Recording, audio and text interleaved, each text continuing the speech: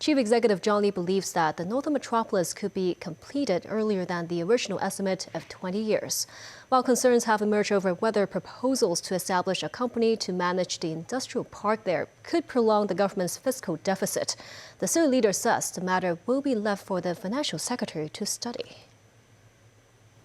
Chief Executive John Lee's latest policy address has outlined various ways to attract developers to chip in a bid to turbocharge the development of the Northern Metropolis.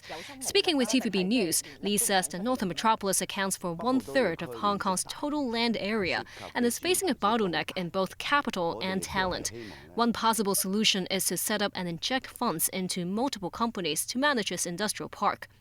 The city leader pointed to past examples, such as investment in the Science Park and the Airport Authority, which often involve sums in the hundreds of billions of dollars. But will that exacerbate the government's fiscal deficit over the short term? John Lee says whether that will happen is for the financial secretary to consider.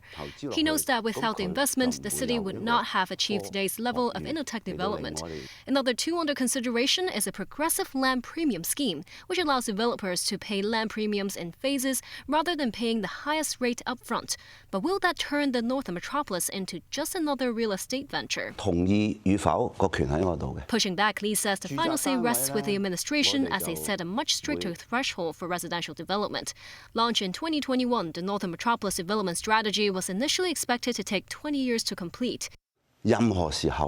Lee says the previous legislative amendment have half the time needed to convert raw land into ready-to-build plots. But given the scale of the project, no estimate will be completely accurate at this stage, he says.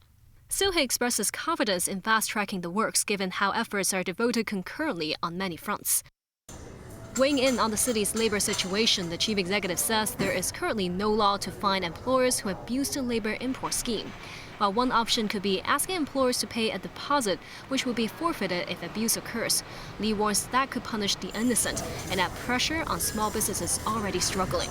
When asked if there could be a suspension mechanism to stop the import scheme if local unemployment rises, Lee says the government will closely monitor the situation. On the introduction of the Heads of Department Accountability System, Lee says it's meant to boost public confidence, adding that there's no best solution but only better.